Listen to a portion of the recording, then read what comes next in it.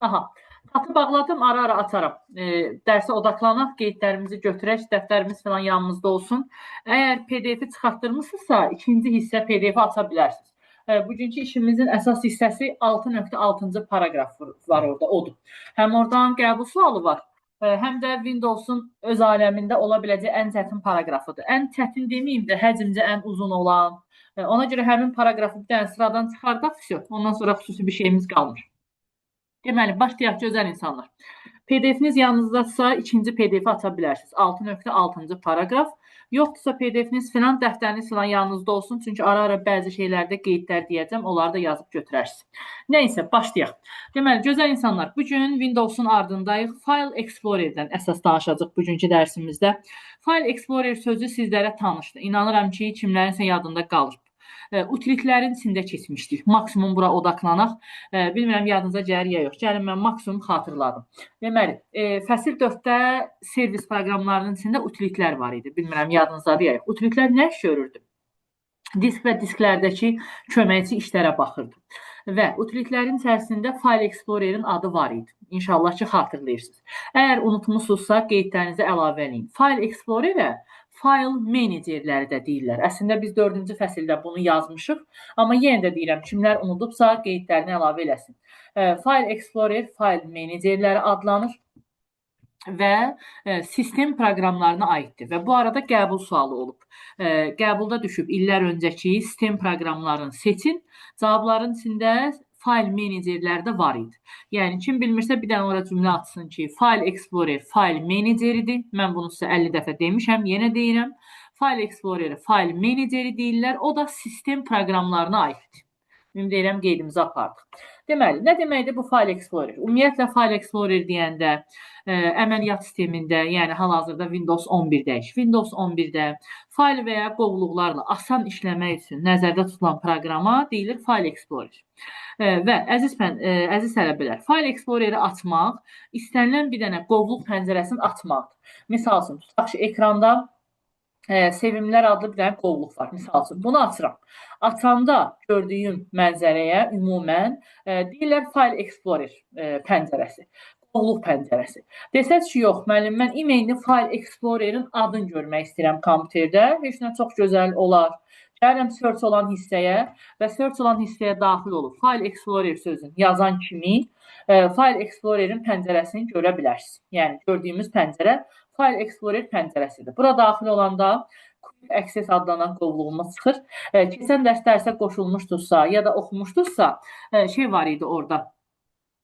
Kontekst menyuların içində, qovluğun filan kontekst menyusunda Pin to Quick Access var idi. Bilmirəm yadınıza gəlir ya yox. Və həmin o Quick Access qovluğu budur. Mən hər qrupda keçə-keçə gördüyünüz kimi 1000 dənə şeyi bura pinləyib atmışam. Yəni göz qabağında olmaq üçün, bizə lazım olan qovluqlara cəhd daxil olmaq üçün Quick Access qovluğunu buradan görə bilərsiniz. Misal üçün, sizə sual düşə bilər ki, desktop hansı qovluğun alt qovluğudur? Deyə bilərsiniz Quick Access-in. Yəni bunlar standart olaraq buradadır. Qalanlar isə mən hər qrupda danışa-danışa bura pinləmişəm, düşüb. Yəni, File Explorer girəndə ilk gördüyümüz mənzərə budur. File Explorer-in özündə burada Home əmri yazır. Amma siz istənilən bir papkanın içinə girsəz, misal üçün, burada Elmir adlı papka var. Daxil olan bura. Burada nə yazılır? Bu dəfə papkanın adı yazılır. Yəni, Elmir yazılır. Yəni, əziz insanlar, File Explorer-in birinci elementi, ən yuxarı olan hissə. Ən yuxarı olan hissənin adına deyirlər başlıq sətri. Məncə bunu anlamaq çətin deyil. Belə çıxmasın. Pəncərənin başıdır da, yəni ona durub nə deyəsik? Başlıq sətri. Və demək istədiyim nədir? Ən yuxarı olan hissəmiz başlıq sətridir. Başlıq sətrinin sol tərəfində hansı qovluğun içinə daxil olmuşsunuzsa, həmin o qovluğun adını görə bilərsiniz. Və həmçinin bu ulduza nə deyirdik? Onun piktogramı, ikonunu görə bilərsiniz. Misal üçün, tutaq ki, burada Cavad adlı papkaya daxil oluram. Burada bu dəfə Cavad yazır və onun işarəsi görünür. Yəni, mənası budur. Sonra, gəlirəm ekranın sağ tərəfinə. Bunların adına aranızda bilənlər olar. Məncə bunu əksəriyyətiniz bilərsiniz. Adına deyirlər idarə etmə düymələri. Bunun adı minimaliz düyməsidir. Bunu vuranda mövcud pəncərə yığılır aşağı, yəni taskbara yığılır. Ondan sonra bu düymə ümumi halda mən indi çox böyük açmışam, biraz balacalaşdırım. Bu düymə maksimaliz düyməsidir və bunu vuranda mövcud pəncərə tam ekran boyunca açılır. Bu vəziyyətin vuranda isə əvvəlki vəziyyətinə qaytarır. İkisindən məncə hamımız bilərik. Pəncərəni bağlamaq düyməsi də alt üstəgəl F4 düyməsi. İnanıram ki, bu hamımıza okeydir. Sonra gözəl insanlar davam edək. Bu gördüyünüz sətr PDF-inizdə də olacaq. O gördüyünüz sətrin adına deyirlər ünvan sətri. İngilis dilində ünvan sözünü bilirik. Ünvan sözü nə deməkdir ingilis dilində? Adres. Düzdürmü? Adres var. Və buradan bura qədər olan hissənin adı adlanır adres var. Burada nələr var? Gördüyünüz kimi. Bu sanki nəyə oxşayır? Bilmirəm yadınıza gəlir ya yox. Fəsil 5-də keçmişdik. Failə gedilən yol. Papkaları aça-aça gedirdik, gedib çıxırdıq fayla. Elə bir ki, failə gedilən yoldur. Asla-asla gedib. Sonra burada şeylər var. Məncə bunları hamımız bilirik. İrəli, geri düymələri. Bu klaviaturadan alt üstəgəl elə sola oxla icra eləyə bilərsiniz və yaxud irəli olanı alt üstəgəl sağ oxla idarə eləyə bilərsiniz. Sonra burada alt düyməsi var. Ən yuxarı səviyyəli qovluğa qaytarır. Yəni Elmir qovluğun özünə qaytardı bizi. Ondan sonra refresh'i məncə hamımız bilirik. Ümid edirəm düyməsini də hamımız bilirik. F5 düyməsi, inşallah ki, bunlar yadımızdadır. Sonra adres barın bu hissəsinə vuranda, fikir verin, həmin o fayla gedilən yol, gördüyünüz kimi, C diski, papkaları aça-aça gəlir. Bu fayla gedilən yol bizim bildiyimiz formada görünür. İndi gözəl insanlar, gəlin ara-ara çata açın, kimlərsə buradadsa, bir cavab vermək adı istəyirsə çata yazsın. Deməli, bəlkə kimlərinsə birinci cəhddən yadına gələr. Bu adres barın klaviatura düyməsi təsadüfən yadınıza gəlmir. O vaxt keçmişdik. Sol, düzdür, tamamilə doğrudur. Bəli, F4 düyməsi. Yəqin ki, PDF-inizdə də aşkar formada yazmışıq. Məncə orada mən qrafa kimi bir şey qoymuşdum. Orada görmüş ola bilərsiniz. Üzü yuxarı olanın, bunu demək istəyirsiniz. Bu elə bir ki, əsas baş qovluğa qayıdır. Hansı qovluğun içindəydirsə, ondan əvvəl ayrılmış baş qovluğa geri keçid edir. Misal üçün, tutaq ki, girdiniz bunun içinə, misal üçün, hal-hazırda bunun içindəsiz. Misal üçün, bunu icra edirsiniz, qalxır elə bir ki, şeyin içinə, yəni əvvəlki baş qovluğun içinə, bir addım əvvəlkinə qayıtmaq kimi də belə deyək, mənası odur. Hansı qovluğun içindən ora girmişsinizsə, ora qaytarır. Sonra, əziz insanlar, F4 düyməsini deyənlər oldu. Yəqin ki, PDF-inizdə, yəqin ki, deyəndə orada var, qrafa formasında görəcəksiniz. PDF-in səhifələri açığı yadımda deyil, amma yəqin ki, dərsin əvvəlində olar, F4 düyməsi. Deməli, gözəl insanlar, bir var, alt F4, o nə idi? Pəncərəni bağlayıb çıxmaq. Amma adi F4 deyirsə, nədən söhbət gedir? Adres bardan söhbət gedir, yəni nəzərinizdə olsun. Okey, əla. Sonra, əziz insanlar, bir də bir şeyi nəzərinizə çatdırım, birdən kimlərsə bundan xəbərsiz olar. Deməli, bu funksional düymələr təzə notebooklarda FN klavişi vasitəsilə işləyir. Yəni, təzə notebookların hamısında FN klavişi var. Aşağıda olur. Bu space barın sol tərəfində F-nı yazılır üstünə. Və həmin onu basıb bu knopkaları icra edirik. Birdən kimsə mən dedikcən klaviaturadan basar, görər ki, heç nə dəyişmir, beyni qarışar. Demə düşən bunların versiyaları FN-li versiyalarıdır. Yəni, funksional versiyalarını biz öyrənirik. Yoxsa FN-i basmadan bu funksionalları basanda bəzi işığı artırır, bəzi səsi artırır. Yəni, biz o funksiyaları öyrənmirik. Birdən kimsə beyni takılar, FN-i basıb bunları icra edirik. Prosta dildə daha yazmır da, FN-i bas. Elə biz F-ləri belə öyrənirik. Yəni, birdən kimsə yoxlayar, mən dedikcəm, uyğun gəlməz nəzərimdə olsun. Sonra, gözəl insanlar, gələk search. Allaha şükür ki, search sözünün mənasını hamımız bilirik və görəsən düyməsi yadınıza gəlirmi, yoxsa gəlmir? Fəsil məncə içində var idi. Aha, varmı bilən? F3. Bəli, tamamilə doğrudur. F3 düyməsi, düzdür, tamamilə doğrudur. Burada da PDF-də 100% ki, qoymuşuq, görəcəksiniz. Nəzərinizdə olsun. Sonra, vaxt itirmədən, beynimiz yorulmadan maksimum əsas şeyləri önə salım. Deməli, getdik. Bu hissə olan hissə. Bu hissədə mümkünsə hamımızın fikri burada olsun. Evdəki qonaqlar, qalan şeylər, onları boş verək. Bir dənə bura odaqlanaq, çünki burada imtahan sualları var. Bu hissəni qutarsam, zaten dərsimizin kökü qutaracaq. Deməli, getdik. Birinci cəhət new. New-dan mən sizə bol-bol danışmışdım keçən dərs və bu arada Windows-un həcmi çox görünə bilər, amma siz keçən dəfə də dərs olmusunuzsa, bu gün keçəcəklərimizin bəzi hissələri keçən dəfə də var idi. Yəni PDF-in içində bəzi şeylər təkrardır, bildiyimiz şeylərdir. Ona görə rahat olun və burada olun. New-nun düyməsini, yeni qovluq yaratmağın düyməsini keçən dərs yazdırmışdım sizə. Aha, yadınıza gəlirmi? Kimlərsə deyir, düzdür. Ctrl-Shift-N. Bəli, Ctrl-Shift-N düyməsi tamamilə doğrudur. Ctrl-N isə yazdırmışdım ki, Office proqramlarındadır. Amma burada Ctrl-Shift-N-dir. İnşallah ki, yadınızdadır. Nə keçmiş isə olduğu kimi qalır. Sonra gözəl insanlar, bunu tanıyırıq. Cut. Cut'ı məncə hamımız bilirik, kəsmək və Cut'ın klaviatura düyməsi, Ctrl-X, bunda keçən dərs danışmışıq. Sonra əziz insanlar, sizə şey demişdim, Cut'ı açar sözü, o da yadınızdadır mı? Yer dəyişmə. Yer dəyişmə sözü. Keçən dərs qeydlərinizi aparmışsınızsa, həmin şeylər keçərlidir. Sonra copy-nin də açar sözü köçürülmə sözü idi. Keçən dərs bunlardan danışdıq. Bəli, düyməsi Ctrl-C-dir, bundan da danışdıq. Ümid edirəm yadınızdadır. Bu əlavə səslər gələndə onları bağlayaq mümkünsə. Sonra gəldik bu düyməyə və bundan danışdıq. Bunun mənası paste eləməkdir. Amma gördüyünüz kimi paste passivdir. Paste'in aktiv olması üçün biz ya gərək Cut'ı, ya copy-ni bir dəfə işlətmiş olaq. Ona görə copy-ni vururam. Avtomatik paste əmri aktiv oldu. Paste'in də nə olduğunu məncə bilirik, yapışdırmaqdır. Düyməsi Ctrl-V hərfidir. Bunların hamısı kitablarınızda var, asan bir şeylərdir. Sonra keçən dərs mən sizə danışmışdım. Yenə deyirəm təkrar üçün. Yadınızdadırsa demişdik ki, Cut'ı bir dəfə yapışdırmaq olar. Copy-ni isə mübadilə buferindən silinənədək istənilən sayda. Ümid edirəm yadınızdadır. Keçən dərs demişdik ki, Windows-da Cut'ı bir dəfə, Office proqramlarında isə Cut'ı istənilən qədər yapışdıra bilərik. Amma copy həm burada, həm də Office proqramlarında mübadilə buferindən silinənədək istənilən saydadır. Yəni hər ikisində. İnşallah ki, yadınıza gəlir. Sonra gözəl insanlar, rename, məncə rename-i hamımız bilirik. Rename-in klaviatura düyməsini keçən dərsdə demişdim. İnşallah ki, yanınızdadır. Bəli, F2 düyməsi. Yəni inanıram ki, biraz informasiyadan xəbəri olan hər bir adam F2-ni inşallah ki, tanıyır. Çünki fəsil 2-də belə keçmişik. Ümid edirəm ki, çatda dərslə bağlı temalardır. Aha, tamam, təşəkkürlər. Sonra yolumuza davam. Bunu bugünkü qeydlərimizə atarıq. Bəlkə də keçən dərsdə dedim, amma tam xatırlamıram açığı. Burada şiə əmri var. Üzərinə gələndə göstərmir. Çünki əziz insanlar, mən qovluğu seçmişəm. İndi deyim öncə, sonra yazarsınız. Qovluğu şeyləmək olmur. Şiə nədir? Paylaşmaq. Paylaşmaq ancaq fayla aid olan bir şeydir. Qovluğu şeyləmək deyə bir anlayış yoxdur. Şiə anlayışı yalnız faylda olur. Misal üçün bir də baxın, indi faylı seçirəm. Faylı şeyləmək olur. Bax, görürsünüz, üzərinə gələndə göstərir.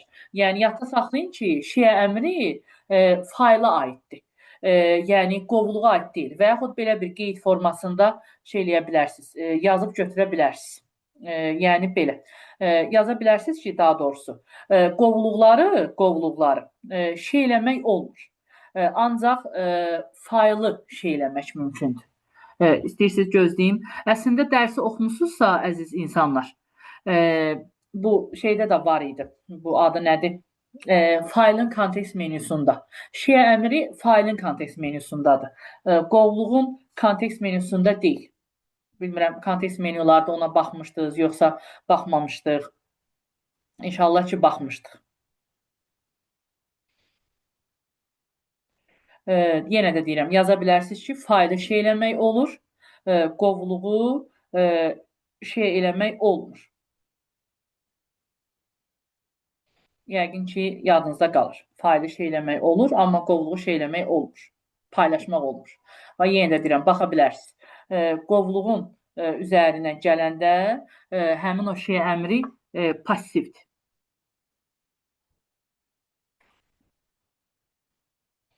Yəqin ki, hamıya can sağlığı və xoşbəxtçilik.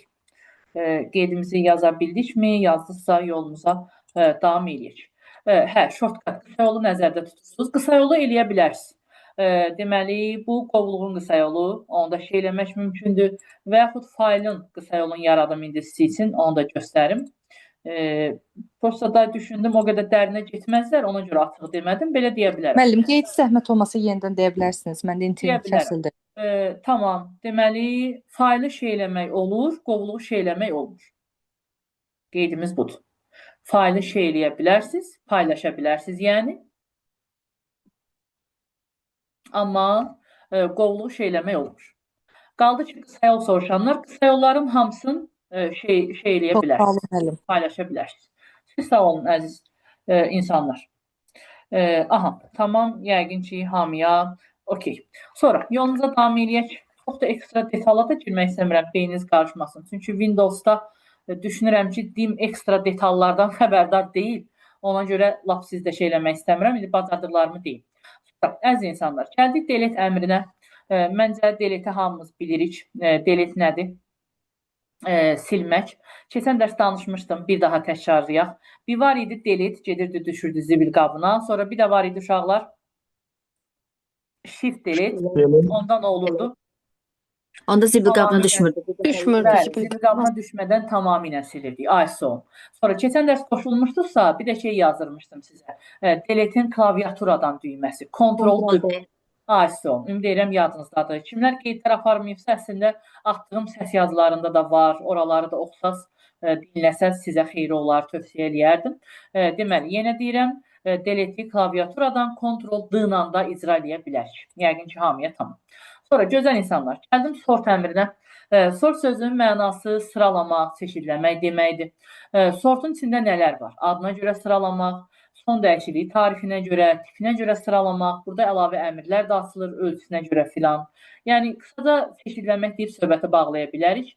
Buradan bu iki sözü bilin, ascending və descending, məncə bilərsiniz. Ascending sözünün mənası artma sırası deməkdir. Descending isə azalma sırası deməkdir. Düzdür, bununla bağlı temalar burada bizim qarşımıza çıxmır. Aranızda birinci cəhdə hazırlaşanlar bilər. Bununla bağlı misal nümunələr olur. Bizim qarşımıza Access proqramında çıxır. İnşallah sağ-salamat gedib çıxaq, orada eləyəcək misallarda. Burada isə qısaca bilin ki, ascending deyəndə A-dan Z-yə əlifba sırası, descending deyəndə isə Z-dən A-ya qısaca əlifba sırası nəzərdə tutulur. Yəni, ümumi halda bil. Sonra, gəldim view-ya. View-da hökmən, yuxumuz qaçsın, zəhmət olmasa, burada olaq, qonaqlardan ayrılaq, şəkərbura paxlavalardan uzaqlaşaq və fikrimiz burada olsun. Çünki burada qəbul sualı var və bol-bol köhnə, yeni, düşmüş imtahan sualları var. Maksimum bura odaqlanaq və birazdan bəzi açar sözləri dedikcə dəftərimizə qeydlər də aparaq ki, bizim üçün işimiz daha da rahat olsun. Ümid edirəm, hamı buradadır, heç kəs yatmayıb, hamı qeyd yazır. Amin, amin, amin. Neyse, yolumuza davam edək. Deməli, əziz insanlar, birincisi, biz hardayıq hal-hazırda? Qovluğun içindəyik. Bizə deyəndə ki, qovluq pəncərəsinin görünüş formaları, onda extra large, medium, small. Sən dərsimizə qoşulmuşdursa, ya da dünənləri axşam radələrində qrupa atdığım qeydə baxmışdırsa, bir dənə şəkil atmışdım sizə. Orada var idi iş masasının görünüş rejimləri, kontrol panelin görünüş rejimləri ki, dərsdə də demişdim. Bir də qovluğun görünüş rejimləri. Deməli, mən bir xatırladıram sizin iş masasında qrupunuzdakı şəkildə də görə bilərsiniz. Dünən axşam atılıb. Large var, medium var, small var. Düzdürmü? Kontrol paneldə medium gedib yerinə kateqori gəlib.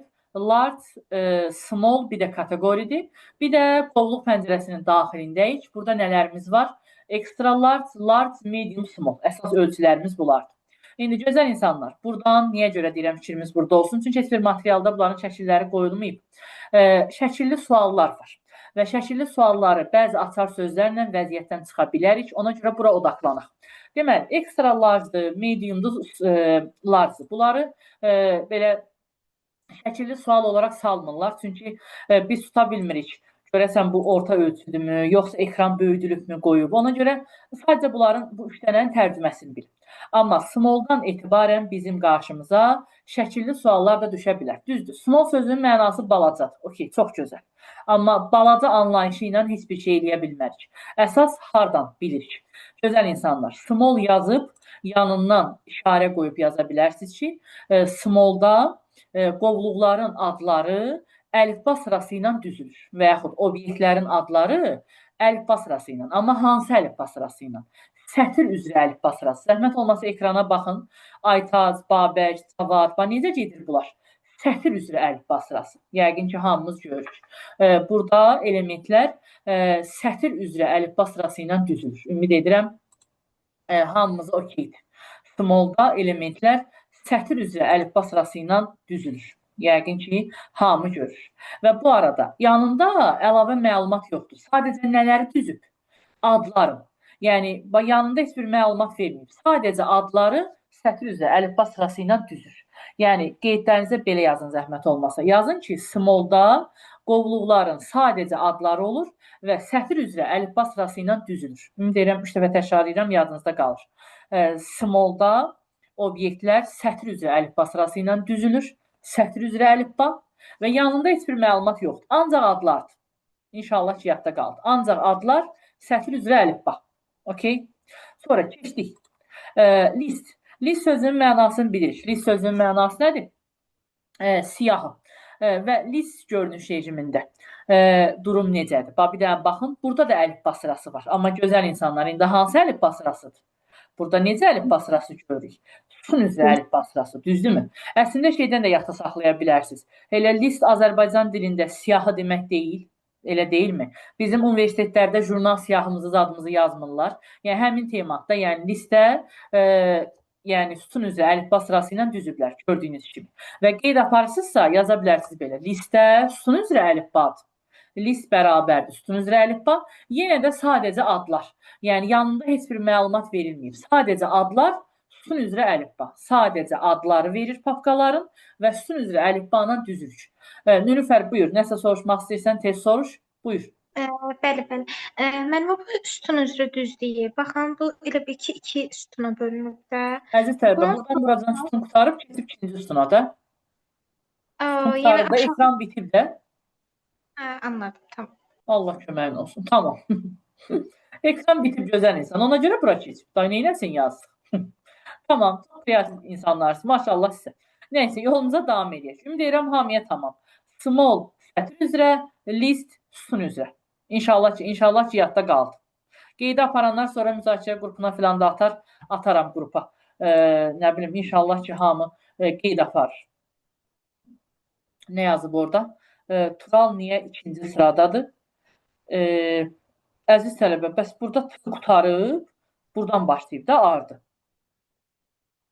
Burası isə qutarıb. İkinci turalı, hə. Birinci qovluqları düzür əlifba sırası ilə. Sonra başlayır faylları düzməyə, axıra da qısa yollar atır ona görə. Düzülmə qaydası olaraq. Birinci həmişə qovluqlar gəlir, sarı pafkalar. Sonra fayllar, sonra qısa yollar. Ona görə siz belə görürsünüz. Yəni, narahat olmayın. Sizə verilən şəkilli sualda həmişə qovluq olan hissəni screenshot edib salır. Yəni, beyninizə qarşılacaq nəsə olmayır, qorxmayın. Ona görə mən elə pafkalar qoymuşam ki, siz əlifba sırasını rahat tutasınız. Heç başqa tərəfinə odaqlanmayasınız. Ümid edirəm sözümü çatdım. Sonra yolumuza davam edək. Gələk details. Details bu ilin qəbuluna düşmüşdü, gözəl insanlar. Öncə görək, sonra qeydlərinə gələk. Deməli, detailsin durumu nədir? Detail sözü dilimizə təfərrüvatları ilə anlayışı mənasında tərcümə olunur. Təfərrüvatlar. Və təfərrüvatlar deyəndə nə? Burada name sözü görürsünüz adına görə. Date modified. Tarixlərinə görə. Type. Tipinə görə. Size. Ölçüsünə görə. Yəni, ayrı-ayrı bunu mən bura əlavə qoymuşam. Birazdan göstərəcəm. Adı, əsas susmaya görə bu 4 dənədir. Yaza bilərsiniz ki, detailsdə adına görə. Məsələn, PDF-də var yenə də. Adına görə, tarixinə görə, tipinə görə və size, ölçüsünə görə ayrı-ayrı sütunlarda bütün detalları göstərir. Adını da göstərir, tipini də göstərir, ölçüsünü də göstərir, tarixini də göstərir. Hərəni dənə-dənə ayrı-ayrı detallarla göstərir. Ümid edirəm yaza bilirsiniz. Name, tarix, tip, size. Və əziz insanlar, qeyd aparırsınızsa, bir də belə yaza bilərsiniz ki, details rejimində, yeganə rejimdir ki, details. Details rejimində filtrləmə anlayışı var. O sözü yazın, indi filtrləmə nə deməkdir, onu göstərəcəm sizin üçün. Bu arada, bu ilin qəbulunda da düşmüşdü ki, bu görünüş formalarından hansında filtrləmə anlayışı var. Həmin test əslində bizim testlərimizin içində də var idi. Biz o sualı çox demişdik. Ümid edirəm ki, nə bilim, yəni kimlər testi falan eləmişdirsə, inşallah ki, Sualın cavabını düz yazıblarmış. Filtrləmə anlayışı yaza bilərsiniz ki, yalnız details görünüş rejimində var. Ümid edirəm yazdınız. İndi gözəl insanlar, nə deməkdir filtrləmə? Əslində məntiqlə yad saxlaya bilərik. Suyun da filtr anlayışı var da. Filtr bir növ nə deməkdir? Təmizləmək deməkdir, düzdürmü? Misal üçün, mən istəyirəm ki, bu size yoxdur, size görünməsin. Nə bilim, istəyirəm burada sizeləri göstərməsin. Bunun üçün filtrləyirəm. Gəlirəm bura, sağ düyməni vururam, sizedən işarəni götürürəm. Baxın, indi size olan sütun getdi. Mən filtrləmə apardım. Filtrləmə bu deməkdir. Misal üçün, burada müəllif sütunu qoymuşam. Sağ düyməni vururam, istəyirəm görünməsin müəllif sütunu. İşarəni götürürəm, getdi. Təzədən geri qaytarmaq istəyirəm. Sağ düyməni vururam, yenə buradan size işarə qoyuram, size qayıtdı. Buna deyirlər filtrləmə. Yəni, bütün detalları ilə göstərəndə hansısa bir detalın görünməməyini istəyirsinizsə, uzun sözün qısası, onu filtrləyə bilərsiniz. Yəni, nə bilim, filtrdən keçirirsiniz də, yəni süzürsüz gedir. Belə lor dildə desək. Yəqin ki, sözüm hamıya çatır. Yenə deyirəm, yaza bilərik ki, filtrləmə anlayışı yalnız və yalnız details görünüş rejimində var. Ümid edirəm hamıya tamam, inşallah ki. Sonra, gəldik növbəti. Tiles sözünün mənası aranızda bilənlər olar. Lövhəciklər deməkdir. İndi bir də baxın, tilesi bir göz yaddaşı ilə yadda saxlamağa çalışın. Tilesda hərənin məlumatı öz yanındadır. Bunlar boş qovluqlardır deyə uşaqlar. Bunların içində heç nə yoxdur deyə, yanında heç nə yoxdur. Bir dənə fayllara odaqlanın. Faylların içində nələrsə var deyə, bax görürsünüz, yanında həcmini də göstərib, gördüyünüz kimi, hansı proqramda olduğunu da falan yazıb. Yəni, necə deyək, Tilesda əslində burada da əlifba sırası teması var. Amma siz burada əlifbaya odaqlanmayın, beyniniz qarışacaq. Siz burada nəyə odaqlanın? Tiles lövhəcik. Yəni, bir ki, lövhəcik. Bax, belə kvadrat, papqa yanında məlumatlar. Papqa yanında məlumatlar. Da əlavə yerdə yox. Belə bu bir dənə lövhəcik deyil, bir lövhə. Görürsünüz, bucaqlı lövhə. Bu bir lövhədir. Hər məlumatı öz elə yanındadır. Listdən smallda məlumat olmur. Bayaq dedim, sadəcə adlar olur. Bir dənə listə baxın, görürsünüz, ancaq adlardır. Yanında bir məlumat yazmayıb ki, ancaq addır. Smallda da həmçinin. Amma tilesa qoyuram, yanında görürsünüz, byte'ın zadını da göstərib. İçində nəsə varsa, həcmini də göstərib. Yəni, yanında məlumatlar da var. Yenə də deyirəm, bunu lövhəcik belə kafanızda screenshot edin. Tilesin mənası budur. Mozaikada demişdik, o şeydə tile var idi. Görünüşlərin, yerləşdirmələrin içində. Bəlkə kimlərsə yadında qalır. Sonra, gəldim növbəti temaya, sonuncu temaya, content. Content sözünün mənası məzmun deməkdir və contenti testlərdə çox rahatlıqla seçmək olur. Orada bir dənə açar tema var. Öncə baxın, sonra deyim yazın. Bir dənə baxın, contentdə bir tərəfdə adlar var, bir tərəfdə məlumatlar var. Və gözəl insanlar, bu aralardakı boz xəttləri görürsünüz. Yəqin ki, görürsünüzmü? Arada boz xəttlər var. Zəhmət olmasa qeydlərinizə belə əlavə edin. Yazın ki, content rejimində aralarında bu papqaların, qovluqların arasında, necə başa düşdünüzsə elə yaza bilərsiniz, qovluqların arasında boz xəttlər var. Bu contentdədir. Contentdə obyektlərin arasında belə boz xəttlər var. Bu çapda filanda rahatlıqla görünür. Yəni, narahat olmayın. Boz xəttlər var. Yəni, bunu görə bilərsiniz.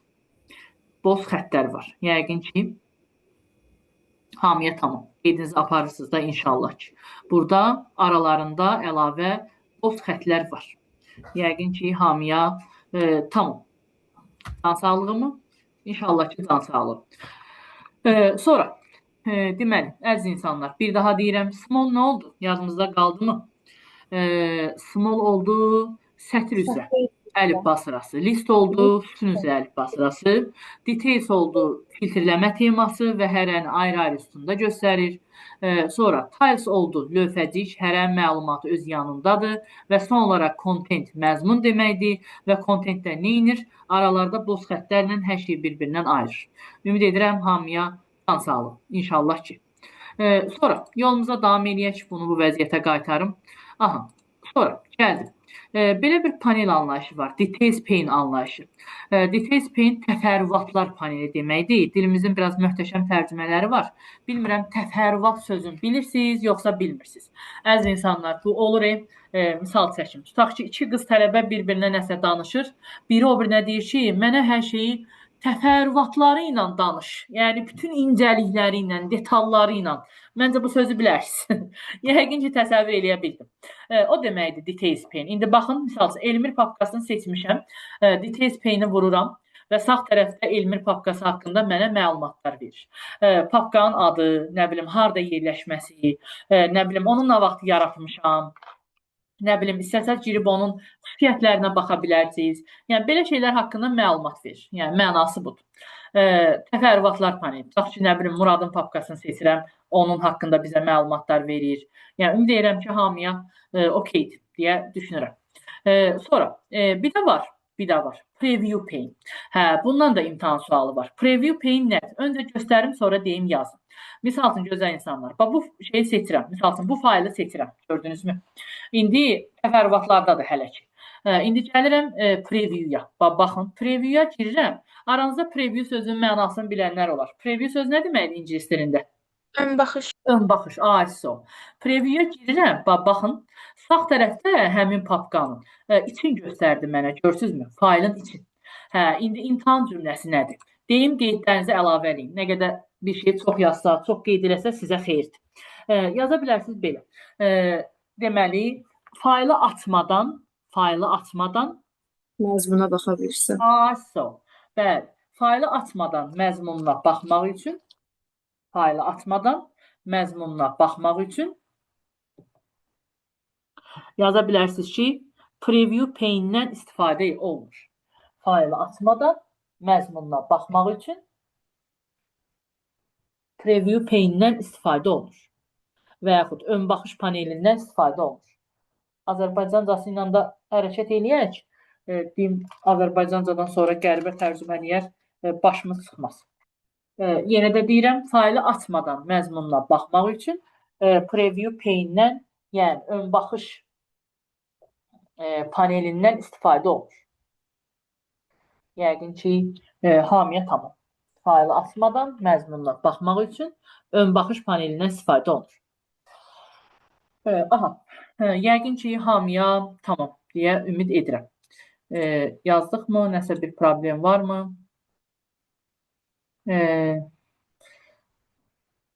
Tamam, bilmirəm nə danışdınız orada. Çalışın, maksimum əlavə şey danışmayın. Zarafatlarınızı da sonraya saxlayın. Çünki mən elə olanda çatı bağlamaq zorunda oluram. Sonra da kimsə vacib nəsə soruşanda baxamıram. Nəticədə də aləm deyir. Yolumuza sakit davam edək. Sonra gəldik. Burada şu olan hissə var. Şu olan hissənin içində navigation pane var. Nə deməkdir navigation pane? Ona naviqasiya paneli deyirlər. Və gözəl insanlar, o hardadır? Ekranın sol tərəfinə baxın. Bu sol tərəfdə gördüyünüz hissə, hal-hazırda hərəkət elətdirirəm. Bu hissənin adına naviqasiya paneli deyirlər. Əgər siz naviqasiya panelinin görünməməyini istəyirsinizsə, yəni ürəyinizdən belə şey keçirsə, nə edirsiniz? Gəlirsiniz bura, burada show olan hissəyə və navigation-dan işarəni götürürsünüz. Götürən kimi, baxın, sol tərəfdəki həmin o navigation paneli getdi.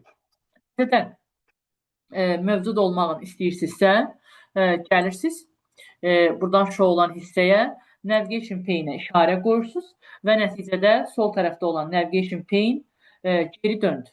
Yəni, mənası bundan ibarətdir. Sonra, ekran pəncərəsinin, belə deyək, belə xüsusi sualı yoxdur, yenə də. Ekranın daha səmərəli istifadəsi üçün, nə bilim, ekran pəncərəsinin hündürlüyün filan azaldıb, daha kompakt görünüş verməsi üçün bu rejimdən istifadə edirlər. Bilmirəm, hiss elədiniz yox, daha da yığcamlaşdırdı bu faylların ölçüsünü. Əslində, çox istifadə olunan bir əmr deyil. Təzədən vururam, böyüdüb qaytarır. Elə bir ki, ölçüləri filan kiçildir. Daha kompakt. Elə kompakt sözünə yad saxlaya bilərsiniz də. Yəni, görünüşü balacalaşdırır, daha yığcamlaşdırır. Yəni, bunu vurduq, daha yığcam oldu. Yəni, nə bilim, elə qeyri-adi bir şey deyil. Sonra gəlin. Əziz insanlar, box sözündən bunu da yadda saxlaya bilərsiniz. Və bu nə deməkdir? Bir dənə baxın. Misal üçün, hal-hazırda papkanı seçmək istəyəndə, bilmirəm, hiss edirsiniz ya yox, üzərinə gələndə belə kvadrat işarəsi çıxır, görürsünüzmü? Əgər siz istəyirsinizsə ki, popqaları seçəndə o üzərində elə kvadrat olmasın, yəni seçim eləmək üçün, onda nə edə bilərsiniz? Yəni zövqlər müxtəlifdir. Gəlirsiniz bu item boxdan işarəni götürürsüz. Nəticədə indi seçəndə baxın o qabağında şey olmadı. O kvadrat box olmadı da elə bir ki, baxın. Yəni prosta seçirəm. O qabağındakı dördbucaqlı yoxdur. Təzədən gəlirəm şu olan hissəyə, heç nə bu işarəni qoyuram. İndi seçəndə heç nə o dördbucaqlı çıxır. Məncə hamı bildi də nə deyirəm. Əgər ekrana diqqətlə baxırsınızsa, yəqin ki, söhbəti tutursunuz. Yəni yenə də deyirəm, çətin bir şeylər deyil. Əslində kiminsə biraz ingilis dilsi falan yaxşıdırsa, tərcümə ilə də vəziyyətdən çıxa bilər əslində. Sonra gəlim nəyə? File name extension. Soruşum sizdən. Extension sözünün mənası nədir? Genişlənmə. Genişlənmə. Misal üçün, əziz insanlar, hal-hazırda məndə fayl var və yanında uzantısı da var. Genişlənmə nədir? Uzantı. Uzantımız nədir burada? DOC. Hal-hazırda uzantını görürük. Misal üçün, əgər istəyirəmsə ki, bu faylın uzantısı görünməsin, file name extension'a işarəni götürürəm və nəticədə o yanında olan uzantı yoxa çıxdı. Heç nə mənası budur. Təzən yenə gəlirəm, heç nə çox gözəl. Uzantıya işarəni qoyuram və heç nə can sağlığı və xoşbəxtlik. Uzantı geri qayıtdı. Yəni yenə də deyirəm, çətin bir şeylər deyil. İndi gəldim hidden. Hidden'a başlamamışdan əvvəl gözəl insanlar, bununla bağlı bir sıra qeydlərimiz var. Hidden sözünün mənasını bilirik. Okey, gizlətmək. Amma hardan gizlədirlər? Gizlətmək üçün ilk öncə nələr eləməliyik və buradan nə imtahan sualları var? Gəlin onlar haqqında danışaq. İnşallah ki, arxa fonda heç kəs yatmayıb. Yatanlar varsa oyansınlar, qonaqları olanlar, şəkərbura paxlava bişirənlər hamı burada olsun. Sabah bişirərsiniz. Deməli, getdik. Öncə başqa bir iki şeyləri göstərək, sonra keçək ora. Misal üçün, tutaq ki, bir dənə qovluq yaradıram. Misal üçün, adını da qoyuram Orxan. Misal üçün. Yəqin ki, tamam. Deməli, iki dənə tema var, əziz tələbələr. Bir faylı, bir qovluğu gizlətmək üçün ilk öncə ona hidden atributu qoymalısan. Kimlər istəyirsə qısa formada qeyd apara bilər. Bir obyekti, bir qovluğu gizlətmək üçün iki dənə prosedur var. Birinci prosedur odur ki, gərək ona hidden atributu qoyasan. Hidden atributunu da hardan qoyursan? Gəlsən üzərində sağ düymə. Buradan da gəlsən properties. Properties nə idi? Xüsusiyyətlər. Daxil olursunuz bura ISO. Və bura daxil olandan sonra burada hidden var. Hidden'a işarə qoyursunuz və OK basırsınız. Hal-hazırda Orxanın papkası gizlənməyib. Necə görünür? Solğun rəngdə görünür. Bu solğun rəngdə görünməkdir. Bu birinci prosedurdur. Hansısa obyekti tamamilə gizlətmək üçün ilk öncə onu nə etməlisən? Hidden atributu qoymalısan. Əgər qeyd yazmaq istəyirsinizsə, yavaş formada deyim. Yaza bilərsiniz belə. Obyektləri gizlətmək üçün iki yol. Yəni iki yol deyəndə iki prosedur. Birinci prosedur. Obyektləri gizlətmək üçün birinci prosedur. İlk öncə ona hidden atributu qoyuruq. Obyektləri gizlətmək üçün birinci prosedur. İlk öncə ona hidden atributu qoyuruq. Yavaş deməyə çalışıram. İlk öncə ona hidden atributu qoyuruq. Hidden atributunu da hardan qoyuruq? Üzərində sağ düymə. Üzərində sağ düymə. Oradan da properties'e daxil olub qoyuruq. Oradan da properties'e daxil olub qoyuruq. Aha, yəqin ki, bunu hamı yaza bildi. İnanıram, inşallah. Sonra, ardında yazaq belə. Deməli, uşaqlar, hidden atributu qoyanda ilk öncə papka necə rəngə malik olur? Bununla bunun fərqi nədir? Bu daha nədir? Solğun. Misal üçün, sənə testlərin içində sual düşə bilər və bu arada qəbul sualıdır. Obyekt nə vaxt solğun rəngə malik olur? Deyə bilərsən ki, ona misal üçün hidden atributu qoyandı. Yəni, bu birinci yol. Yəqin ki, daha doğrusu bu birinci etap. Yəqin ki, hamıya tamam.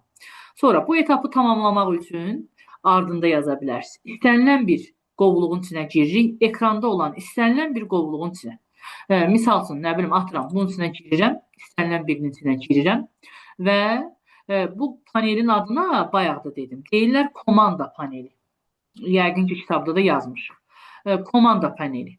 Yaza bilərsiniz ki, komanda panelindən view-ya daxil oluruq. Oradan da hidden-dan işarəni götürürük. Gizləmə prosesini tamamlamaq üçün komanda panelindən view əmrinə daxil oluruq. Gizləməni tamamlamaq üçün komanda panelindən view-ya daxil oluruq.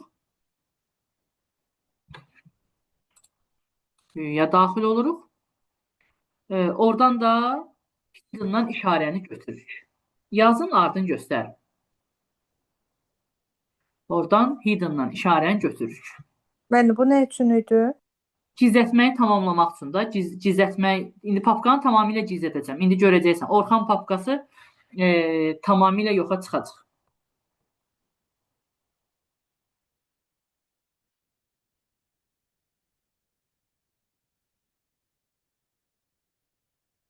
Ümid edirəm yaza bilirsiniz. İndi gəlin göstərin. Baxın, hidden-dan işarəni götürürəm. İndi gedək ekrana və görəcəksiniz ki, Orxan papkası artıq ekranda yoxdur. Bir dənə baxın. Gördüyünüz kimi. İndi əziz insanlar, geri qaytarmaq üçün nə edirəm? Çox basit. Kimsə mənim ekranımı yazır, yazmayın. Geri qaytarmaq o qədər çətindir. Yenə istənilən bir dənə papkanın içinə girirəm. Yenə nə edəcəm sizcə? Gəlirəm bu view-nun içinə, heç nə. Bu dəfə nə edirəm? Hidden-a bu tık işarəsini qoyuram, heç nə. Gedək kompüterin ekranına. Yaxşı ki, deyirəm, yazmayın, ey gözəl insanlar. Mən bunu zarafatla demirəm ki, siz də yazırsınız. Əslən, mən görürəm, kimlər yazır. Prosta istəmirəm 100 nəfərin içində o adamların adını çəkimdə, yəni etika olaraq çəkmirəm. Amma Allah bilir ki, beynim çönəndə də çönür, bayağı danışıram da, yəni onda da. Prosta səbirliyəm, ekranımı yazmayın, əziz insanlar. Ondansa qeydləri yazın. 17 may imtahanında sizə ekran yazmaq düşməyəcək. Sizə qeydlər düşəcək. Bax, demədi deməyin. Nəysə, Novruzun günü də sizi danlamayın. Və baxın, Orxanın papkası geri döndü. Gördüyünüz kimi. İndi gözəl insanlar, solğunluğu aradan qaldırmaq üçün nə edərəm? Yenə çox çətin sual. Yenə sağ düyməni vuraram. Buradan da girərəm properties'ə. Buradan da nə edərəm? Hidden-dan işarəni götürərəm. Çox gözəl. OK də basaram. Orxan təmiz formada əlvan öz rəngi ilə geri döndü. Müəllimə yazan mən idim. O bilmirəm niyə də oldu. Səndən başqa da biri yazmışdı. Biri yazdı, sonra da ardında sən yazdın. Hə, o bilmirəm niyə oldu. Yazma dediyim anda yazdın, ona görə ev yox. Görürəm onsuz kimlərin yazdığını.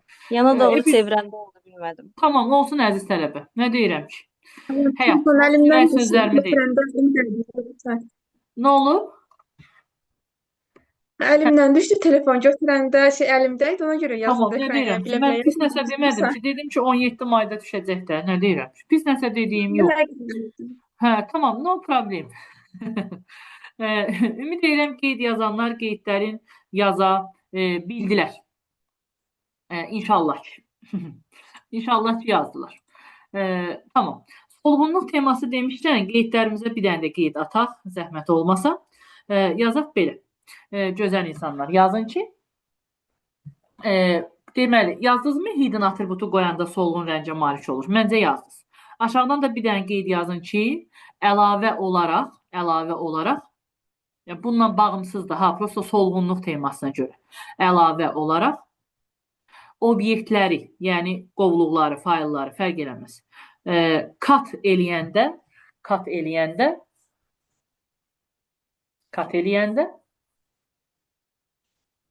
solğun rəngə malik olur. İndi onu da göstərər sizə. Kat gizlətmək demək deyil, sadəcə katı bilirsiniz zaten. Amma ilk etapda kat eləyəndə də solğun rəngə malik olur. İndi yazdırsa göstərir. Misal üçün, bunu seçmişəm. Sağ düyməni vururam. Katı basıram. Görsünüzmü? Oldu solğun rəngdə. Yəni, indi harası aparıb yapışdırsam, okey. Gedəcək ekrandan, yeri dəyişəcək. Amma ilkin versiya olaraq kat əmrini icra eləyəndə nə olur? Solğun rəngə malik olur. Yəqin ki, hamıya can sağlıq. İndi gözəl insanlar, bəlkə aramızda kiminsə fikri olar. İndi mən bunu kat elədim, solğun qaldı. İndi harasa gedib yapışdırmıram. Fikrimdən vaz keçirəm. Yapışdırmalı olmadım. İndi sizdən soruşsa ki, Bu kat əmri solğun rəngdədir hal-hazırda. Mən bu solğunluğu ləğv edib bunu əvvəlki halına qaytarmaq üçün hansı yola müraciət edə bilərəm? Yəni nə eləyim? Bu solğunluqdan çıxsın. Bu hidden deyil də, bu adi katdır. Bəlkə bir fikir olan varsa yaza bilər. Yapışdırmayanda rənginə geri dönür. Əziz tələbə, zaten yapışdırmamışam ki, hal-hazırda durmuşam. Solğunda axı. Yapışdırsam buradan gedəcək. Başqa yerdə öz rənginə qayıdacaq. O heç. Mən istəyirəm ki, yapışdırmadan elə bu öz rənginə geri qayıtsın. Ctrl X-i yenidən basaq, üstünə basaq, üstünə basmışam elə. Ctrl Z düzdür. Bu birinci cavab. Düzdür. Ctrl Z-i bassaz, yəni Ctrl Z əməliyyatın. Ctrl Z-i bassaz öz əvvəlki vəziyyətinə qaytarır. Düzdür. Bu bir cavab, bu doğrudur. Sonra yenə mən bunu solğun eləyim. Sonra başqa. Ctrl Z deyənlər düzdür. Sonra başqa bəlkə fikri olanlar. Aha. Düzdür Rəfiqə xanım. Refresh. Tamamilə doğrudur. Refreshi bassam yenə də refreshlənir. Əvvəlki halına geri dönür. Bu da okey. Tamamilə doğrudur. Bir dənə də yol. Əminəm ki, bu yoldan Dimin də xəbəri yoxdur. Prosta mən bütün tuşlara basmağı sevirəm. O yol da deyək. Başqa hansı yol? Bəlkə kimsə bilər. Məncə bunu bilmərsiniz. Ona görə zorlamayayım deyim. Bu arada kimlər qeyd yazmaq istəyirsinizsə, mən deyim yazın da zəhmət olmasa. Deməli, bu katın verdiyi, belə sözüm qəlbə çıxacaq, katın verdiyi solğunluğu aradan qaldırmaq üçün, inşallah ki, kimlərsə yazır. Aradan qaldırmaq üçün hansı yollar? Deməli, bir yaza bilərsiniz Ctrl Z. Ctrl Z nə idi? Undo. Yadınızda da yəqin ki, keçən dərs keçmişəm. Ctrl Z eləyə bilərsiniz. Sonra az əvvəl dedik, refresh eləyə bilərsiniz. İnşallah ki, kimlərsə yazır. Bax, yavaş deyirəm. Undo, Ctrl Z yəni refresh. Aha. Bir də yaza bilərsiniz gözəl insanlar. Escape düyməsi. Escape düyməsi hansıdır bilirik. Klaviaturada ESC düyməsi var ha. O klaviaturada yuxarıda təpədə. ESC. Bax o düymənlə də olar. Heç ağla gələn deyil, amma olar. Bax hal-hazırda ESC-ni basıram. Baxın, rəngarəng hala geri döndü. Bir də yazın escape düyməsi. Amma bunu məntiqlə saxlaya bilərsiniz. Escape şeydə axır. Çıxmaqda axır. Buyurun. O ləğv eləmək deyildi. Yenidən təzədən qaytarır yerinə. Escape-i basıram olur. Vallahi nətər and içim. Escape-i bastım, qayıtdı. Yəni bu da işləyir. Zaten ağla gəlməyən bir şeydir. Ona görə deyirəm ki, biləsiz. Yəni inanmırsa öz kompüterinizdə yoxlaya bilərsiniz. Yəni sübut eləyə biləcəyim bir şey yoxdur. Sadəcə yəni deyirəm. Zaten yanlış olsa niyə deyim, amma yenə də bil. Ümid edirəm hamıya tamam. Sonra geri dönüm, çox da beyninizi yükləməyim. Az şey deyəcəm deyə yenə də çox şey deyirəm yenə də. İnanın müəllimə, çox sağ olay günlər. Allah köməyin olsun. Sən də olmasa mənə heç inanmırlar. Görsən ki, həyat. Bugün də sevilmədik arkadaş. İnanmırlar bizə. Həyat. Amma siz çalışın mənə inanın. Mənə inansaz bəlkə xeyir tapdınız. İnanmasaz çətin məsələdir. Deməli, geri dönək bayaqçı papqamıza. Aha. Orayla qutardıq. İndi keçək bu 3 nöqtəyə. 15 dəqiqədə bir səbrimiz olsun. Buradan da bir iki şeylərimiz var. Çalışacağım bugün bayramda sizi çox yormayayım, amma əsas şeyləri deməm lazım. Deməli, gözəl insanlar, bu 3 nöqtənin içinə girirəm. Yenə Undo bizi qarşılayır. Bu dərsin içində bəzi şeylər elə bir ki 50 dəfə təkrarlanıb.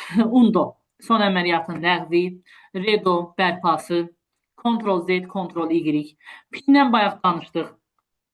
Sabitləmək, bunlar okey. Gəldik. Gözəl insanlar, select all. Məncə bunu da hamımız bilirik. Select all nədir? Hamısını seçmək. Bəs gözəl insanlar, select all-un klaviatura düyməsi də yadınızdadırmı? Ctrl A.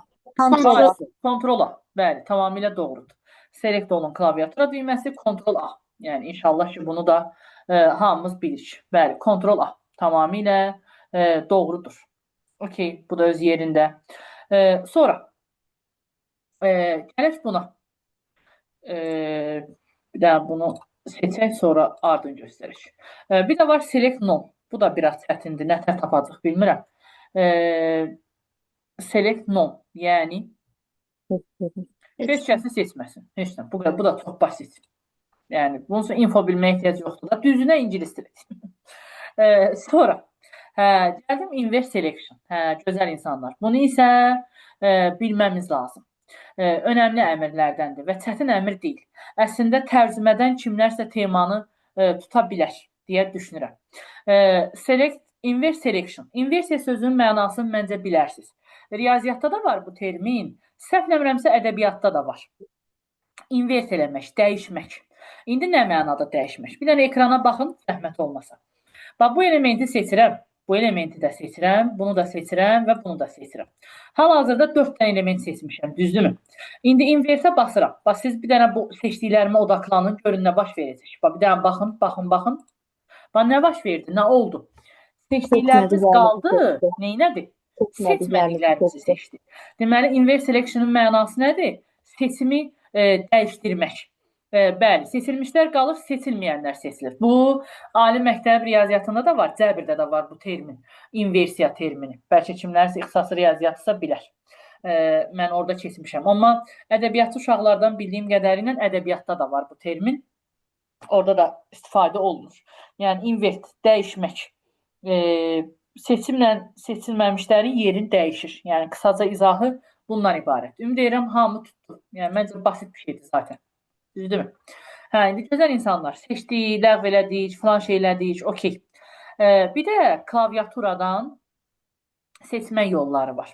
Və bu yollar Windows'da da keçərlidir, Word-də də keçərlidir. Gəlin onları öncə yazaq, sonra göstərək. Plus dim sayağı versiya ilə yazaq. Kimlər birinci cəhdində olmayıbsa, hökmən yazsın. Çünki Word-də də bu lazım olacaq sizə. Zəhmət olmasa yazın belə. Deməli, gözəl insanlar, bir kontrol düyməsi ilə seçmək var. Bir də shift düyməsi ilə seçmək var. Ona görə gəlin onları yazaq. Öncə yazın, sonra göstərəcəm zaten, narahat olmayın. Gəlin dim sayağı olan bütün cümlələri deyim. Dimin özünüz bilirsiniz, cümlələri bəzən Azərbaycan sayağı çox möhtəşəm tərcümə olur. Ona görə onların hamısını deyim. Deməli, yaza bilərsiniz belə. Deməli, ardıcıl, ardıcıl, vergül, nizamlı, ardıcıl. Düz bilirsən Qüdrət. Ardıcıl, nizamlı, yerləşən elementləri seçmək üçün ardıcıl. Mənim bir də deyə bilərsiniz. Məndə internet dondu, eşitmədim. Vallahi əziz tələbə, dayanmamışam. Elə papuqay kimi 3-4 dəfə təkrarlayıram. Elə dayan, eşidəcəksən. Susmamışam yəni, qabağa getməmişəm. Eyni cümləni 10 dəfə təkrarlayıram. Sən bir dəfəsində dinlə, işləyəcəksən. Yenə də deyirəm onsuz, durmuram ki. Deməli, yaza bilərsən belə. Ardıcıl, nizamlı yerləşən elementləri seçmək üçün, ardıcıl, nizamlı yerləşən elementləri seçmək üçün shift düyməsindən istifadə olunur. Ardıcıl, nizamlı yerləşən elementləri seçmək üçün shift düyməsindən istifadə olunur. Ardıcıl, nizamlı yerləşən elementləri seçmək üçün shiftdən istifadə olunur. Bu nə deməkdir? Az sonra göstərəcəm. Bir dənə yazanlar yazsın. Ardıcıl, nizamlı yerləşən elementləri seçmək üçün shift düyməsindən istifadə olunur.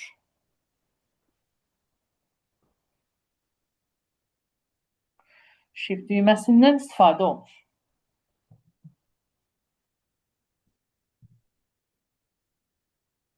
Aha. Yəqin ki, yaza bildik. Ardında yazaq belə. Dağınıq halda, dağınıq halda, dağınıq halda və ya nizamsız yerləşən, dağınıq halda və ya nizamsız yerləşən elementləri və ya nizamsız yerləşən elementləri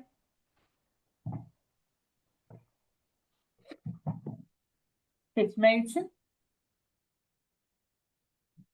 kontrol düyməsindən istifadə olunur. Seçmək üçün kontrol düyməsindən istifadə olunur. Aha, ümid edirəm yaza bildik. Yəni maksimum yəqin ki bir 50 dəfə təkrarlanır. Mən Çox biz sağ bunu olun, deyəsən təşəkkür Word-də edirəm. də yazmışdıq ha. Necə? Çox hatırlamıramsa bunu Word-də də yazmışdıq. Olar. Zaten cümləmdə dedim əziz tələbə. Windows üstündə keçərlidir, Word üstündə keçərlidir. Tamam. İndi ekrana baxın göstərim. Deməli, kontrol düyməsi necə seçir? Kontrolu basılı saxlayıram sol düymə vasitəsilə. Bu lazımdır, bunu seçirəm. Bu lazımdır, bunu seçirəm. Bu lazımdır, bunu seçirəm. Nə bilim, bu lazımdır, bunu seçirəm. Bunu istəyirəm, bunu seçirəm. Sırf mənə kimlər lazımdırsa onları seçirəm. Yəni, kontrolun seçməyi belədir. Dağınıq, oradan buradan, nizamsız. Bu kontroldur. İndi zəhmət olmasa shift düyməsində bura odaqlanın. Çünki haralardasa bununla bağlı bir məsələ tipli suallar da görəcəksiniz. Ona görə shift'i anlamamız lazım. Deməli, ekrana baxın zəhmət olmasa. Shift'in durumu nədir? Misal üçün, bu papkanı seçdim. Shift'i basılı saxlayıram və gəlirəm bu papkanı seçirəm. Bir dənə diqqətlə baxın. Necə seçdik? Buradan başladı, bura çatdı, dayandı. Deməli, shift neyinir? Başlanğıcla sonu elə bir zigzag formasında seçir. Başladı, gəldi, burada qutardı. Başlanğıcla sonu sətir boyunca seçir. Bəzi tələbələr shift'i götürür sütun boyunca eləyir. Sütun boyunca eləmirsiniz. Başlanğıcla sonu birləşdirirsiniz. Baxın, buradan bura qədər. Yenə göstərirəm. Misal üçün, bunu seçdim. Shift'i basılı saxlayıram. Gəlirəm, bunu seçirəm. Başlanğıcdan başladı, düşdü aşağı, gəldi. Burada qutardı. Yenə göstərirəm. Misal üçün, bunu seçdim. İndi gəlib bunu seçirəm. Görün necə olur. Əlim o birində qalmışdı. Bizdə saniyə. Bu, gəldim, bunu seçirəm. Necə oldu? Başladı, gəldi. Burada dayandı. Yenə də deyirəm, shift başlanğıcla sonu sətir boyunca götürə, gəlib qutarır. Ümid edirəm, fikrimi izah edə bildim. İnşallah ki, can sağlığı. Yenə də deyirəm, sətir boyunca seçir. Hamiyə tamam mı? İnşallah. Sonra demək olar ki, dərsimizin kökü qutardı, amma bir iki dənə də şey var, onu da deyim. Properties, məncə danışmışıq bundan, xüsusiyyətlər. Amma gözəl insanlar, bu da ayarlardır pəncərələrlə bağlı, bu da okey də. Properties'in düyməsi. Bilmirəm ki, sən dərs deməmişəm, onu da bilək. Ekranda da real olaraq görə bilərsiniz. Properties'in düyməsi. Alt üstəgəl enter düyməsi. Yəqin ki, şeyin axırında, səhvləmirəmsə, PDF-i yazanda mən axırda düymələr qoymuşdum. Yəqin ki, yadımdan çıxmayıbsa. Orada düymələr var. Orada düymələrin içində 100% ki, alt enteri də yazmışam. Alt enter. Properties'in klaviatura düyməsi. Properties nədir? Xüsusiyyətlərdə. Keçən dərs danışmışdıq. Onun klaviatura düyməsini yaza bilərsiniz. Alt üstəgəl enter. PDF-in ən son səhifəsinə 100% düymələr atmışam. Orada bunu atarım. Yenə də hər ehtimal siz bil. Görün, hamiyədən sağlığı. İnşallah ki, tamam. Sonra gəlirəm, gözəl insanlar. Burada bir dənə də şey var, onu da deyim. Ekranın aşağısı. Ekranın ən aşağı hissəsinə isə, bir də saniyə bunu qaldırım yuxarı. Ekranın ən aşağı hissəsi və bu görürsünüz, ən aşağı hissə. Ən aşağı hissəyə şey deyirlər, status bar, vəziyyət sətri. Misal üçün, bu elementi seçmişəm, bu elementi seçmişəm, bunu seçmişəm. Status barda görünür. Nə yazılıb bura? Deyir ki, 19 dənə element var, neçəsi seçilib, 3 dənəsi seçilib. Bəzən belə suallar olur. Sualda yazır ki, qovluğun daxilində neçə dənə element var və bəzi tələbələrdə buraları sayırlar və bəzən də çox şey olur, hamısı şəkilə yerləşmir. Məndən məsləhət, sizə deyəndə ki, qovluğun daxilində neçə element var, nə bilim, neçəsi seçilib, neçəsi seçilməyib, nəsə belə bir şeylər yazıbsa, hər zaman aşağı hissəyə baxın, yəni status bara. 19 dənə elementdən 3 dənəsi seçilib. Yəni, buradan görə bilərsiniz. Bunun da adına status bar, vəziyyət sətri deyilir. Ümid edirəm, hamiyə can sağlığı. Sonra, kimsə nəsə soruşurmu, yoxsa nəsə görmürəm. Okey, yolumuza davam. Sonra, əziz insanlar, bir iki dənə də qeydimiz var, onları da üstündən gedək. Deyəsən, PDF-in axırlarında filan görəcək, amma yenə də mən danışmış olum. Bir də Word atım. Bu sizə bayram təbrikidir, bu heç. Bunu gələn dəfə üçün göndərərik. Deməli, Windows-un texnologiyaları anlayışı var. İndi buraya yazacağım. Siz də açar sözlərlə yazıb götürsəz yaxşı olar. Kimin PDF-i varsa PDF-in axırında görüb açar sözləri qurğulaya bilər. Kimin yoxdursa da canı sağ olsun. Mən yazdıqcan özünə qeyd götürsün. Yaza bilərsiniz belə. Windows'un, yəni Windows 11 belə deyək, əməliyyat sisteminin texnologiyalar. Texnologiyalar. Modellərin içində bu test düşür. Bir türlü qəbula gəlib düşməyib hələ, amma bazada var, hər an düşə bilər. Deməli, getdik gözəl insanlar. Birincisi, inşallah ki, aramızda bilənlər var. Birinci texnologiyanın adına plug and play texnologiyası deyirlər. Plug and play. Plug and play'in tərcüməsini bilirik. Tərcümə cəhətdən nə deməkdir? Boş və işlət. Bu, okey. Bu tərcümə hamiyə tamam. Amma testlərdə necə qarşımıza çıxır, əsas o məsələni bilək. Deməli, plug and play yaza bilərsiniz belə. Qurğuların driverlərini avtomatik tapıb yükləyən texnologiya. Qurğuların driverlərini avtomatik tapıb yükləyən texnologiya. Qurğuların driverlərini avtomatik tapıb yükləyən texnologiya. Testdə avtomatik də yazır. Avto sazlama da yazır. Avto yükləmə də yazır. Və s. Deməli, sözümüzün kökü, əziz insanlar. Avto. Avto nəsə? Avtomatik nəsə? Yəni, plug and play'in testlər üçün açar sözü bundan ibarətdir. Ümid edirəm, hamiyə can sağlam. İkincisi, drag and drop texnologiyası. Vay, drop sözünü yazan nədir? Bir də saniyə. Aha, drag and drop. Bunun açar sözü isə mouse sözüdür. Mouse vasitəsilə sürükləmək. Testdə mouse da yazır. Ya da mouse dilimizə necə tərcümə olunub? Möhtəşəm, necə tərcümə olunub? Siçan. Sol. Ya da siçan vasitəsilə sürükləmək. Testdə drag and drop sözünü gördünüzsə, onu oradan əliyin. Yerinə yazın ki, mouse vasitəsilə falan şey.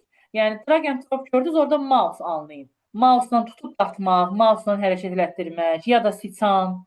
Yəni, elə anlayın sözü. Durumu odur. Aha. Və üçüncü texnologiyamız Oley texnologiyası. Oley içində yaza bilərsiniz belə. Proqramların birgə istifadəsi və ya əlaqələndirilməsi. Proqramların birgə istifadəsi və ya əlaqələndirilməsi. Proqramların birgə istifadəsi və ya əlaqələndirilməsi. Aha, gözəl insanlar, aranızda işlənlər olar. Misal üçün, bəzən Word-ün içində götürüb Excel cədvəlini açırıq və yaxud PowerPoint-da slayd düzəldirik. Slaydın içinə Word-dən nəsə bir mətn götürüb əlavə eləyirik və yaxud Access proqramında Excel-lə əlaqə yaradırıq. Access-də olan nəyinsə içinə Excel-dən cədvəl əlavə eləmək olur. Yəni, belə şeylərə Oley texnologiyası deyirlər. Yəni, bir proqramda olan nəysə o birinə at, ondakı nəysə buna göndər. Yəni, birgə istifadə, əlaqələndirilmə, belə şeylərin adına onun halda deyirlər Oley texnologiyası. Ümid edirəm, yadınızda qalır. İnşallah ki, qeydləri götürdünüz. Aha. Bu temalara gəlib çıxmışkən bizim bir dənə də ümumi qeydimiz var, onları deyim. Deməli, yazıram buradan bir. İnanıram ki, birinci səhtəki yoldaşlar bunu bilir, çünki mən onların qrupuna bunu 50 milyon dəfə atmışam. İndi bir daha deyirəm. Qeydlərinizə bunu da əlavə eləyək, çünki qəbul suallarıdır. Maksimum qəbula düşmüş şeyləri çox deməyə çalışıram ki, çünki suallar təkrarlanır, heç olmasa bazı şeyləri bilək. Deməli, yaza bilərsiniz belə.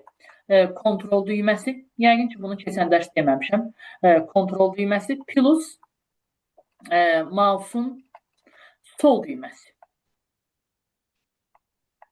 Aha. Bizə deyir belə. Kontrol və mouse'un sol düyməsi vasitəsilə obyekti sürükləsək. Deyir, obyektin nəyi yaranır? Varmı aramızda bilən? Kontrol düyməsini basılı saxlayıb, mouse'un sol düyməsi vasitəsilə obyekti sürükləsək. Bu halda obyektin nəyi yaranır? Kopyası Kopyası yaranır. Bəli. İndi keçən dərs demişdim. Ona kopya demirlər, ona nə deyirlər? Obyektin sürəti sürülməsi. Sürətlə də razıyam, timsayağı versiyadır.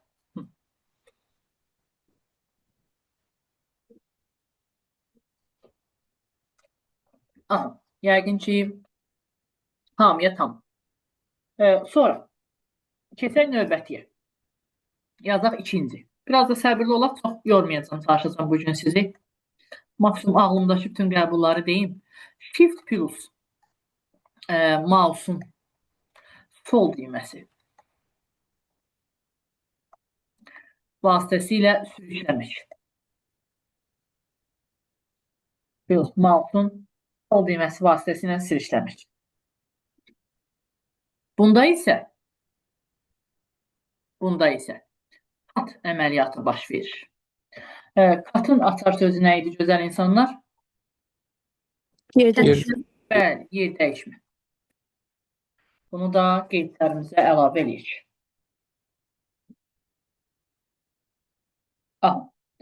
Yəqin ki, hamıya tam sağlıq. Sonra üçüncü. Control plus shift plus yenə mouse'un sol düyməsi. Bu haqda nə olur? Shortcut. Yox, bəli. Və dördüncüsü alt düyməsi plus yenə mouse'un sol düyməsi. Bunda yenə nə olur? Qısa yol. Bəli, yenə qısa yol. Ekranı screenshot eləyib qrupunuza da atarsınız. Mən də oradan ümumi qrupa ataram. Birdən kimlərsə qeydləri yazmaz. Bunlar özü də düşən şeylərdir. Sonra düşər. Sonra üzülərik. Bir ad olsun.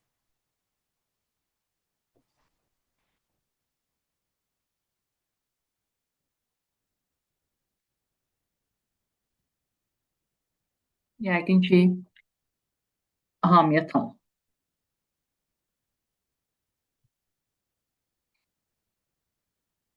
Keçə bilərəm. Yəqin ki, keçə bilərik. Bir saniyə.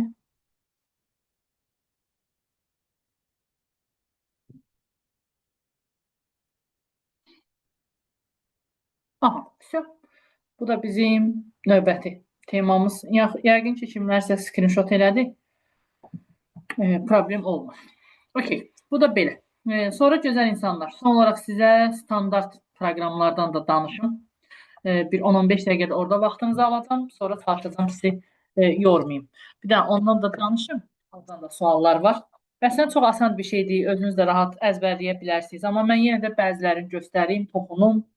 Sonra da oxuyanda sizə rahat olsun. Digitizeri söndürək. Okey, getdik. Windows 11 əməliyyat sistemində standart proqramlar anlayışı var. Ümumiyyətlə biz o proqramlara hardan daxil ola bilərik? Chatda nəsə danışırıqmı? Deməli, getdik. Burada start menyuya daxil olanda proqramlar var. Düşürəm aşağı və buradan proqramlar əlifba sırası ilə başlayır. Birinci standart proqramlar qovluğumuz Accessibility qovluğudur. Accessibility sözünün mənası ələ çatanlıq, nə bilim və belə gedir də, belə deyək. Fiziki qüsurlu şəxslər üçün görmə əngəlli, iraq olsun, eşitmə əngəlli olan, yəni belə deyim uzun sözün qısası, məhdudiyyəti olan insanlar üçün əl çatanlıq. Yəni onlar üçün maksimum əl çatan olsun deyə yaradıblar da belə. Yəni belə durumu budur. Burada nələr var? Birinci maqniferi görürsünüz, gördüyünüz kimi ekranda. Maqnifer böyüdücüdür. Lupadır. Böyüdürəm ekranı, kiçildirəm. Misal üçün, mən əyani dərsdə gələn uşaqlar bilər. Böyüdürəm ekranı, kiçildirəm ekranı. Yəni, maqniferin durumu budur. Sonra, klaviatura anlayışı var. Virtual klaviatura deyirlər bunun adına. Yəni ənənəvi klaviaturadan, yəni notebook'unun klaviaturası, nə bilim belə deyim, loru dildə xarab olan filan insanlar üçün, yəni açıb bu virtual klaviaturadan da istifadə edə bilərlər. Mənası budur. Ondan sonra hədfə girəndə çıxır, belə göstərim. Sonra bu live var, live caption. Bunu məncə əksəriyyətiniz bilərsiniz. Bu bilirsiniz nədir? Hamımız bilirik. Bu şey alt yazılar yoxdur. Bu şeydə də çıxır, YouTube-a girəndə də ya da bəzi kinoların filan altında alt yazılar olmur. Yəni kompüterdə belə deyək də o səsli şeylərin aşağıdan alt yazıların təmin edir. O da kimlər üçün də iraq olsun? Eşitmə əngəlli olan insanlar, yəni o kinoya baxanda aşağıdakı alt yazılarından oxusunlar da. Yəni məncə bu basit bir şeylərdir. Sonra narrator, buna səslə idarə eləmək deyirlər. Səs gücləndiricilərin filan qoşullar buradan. Yəni məncə bu da asandır. Sonra voice assist, bu da nitq tanınmasıdır. Bu da nədir? Görmə əngəlliyi filan olan insanların səsin kompüterə tanıdırlar və o səsi vasitəsilə kompüterdə nələrəsə girib idarə edir də, belə deyir. Yəni qısaca durumlar budur. Bunları bil. Sonra gəlirəm düşürəm. Bunların hamısı standart proqram hesab olunur. Sonra bizə düşmə ehtimalı olanlardır. Kalkulyator məncə hamımız bilirik, yenə standart proqramdır. Sonra misal üçün kamera, kompüterin kamerası. Burada şey var, saat var. Belə deyək də alarm filan qurmaq üçün istifadə edə bilərsiniz. Sonra düşüm aşağı bizə düşən standart proqramlardan File Explorer var. Bayaq biz ondan bol-bol danışmışıq. Fayl və ya qovluqlarla asan işləmək üçün. Sonra standart proqramlar bu dimin siyahısına uyğun gedim. Düşürük aşağıda bizə lazım olanlardan. Notepad proqramı, məncə Allaha şükür ki, Notepad'i hamımız tanıyırıq. Standart proqram. Notepad nə idi? Sadə mətn redaktoru. İnşallah ki, yadınızdadır.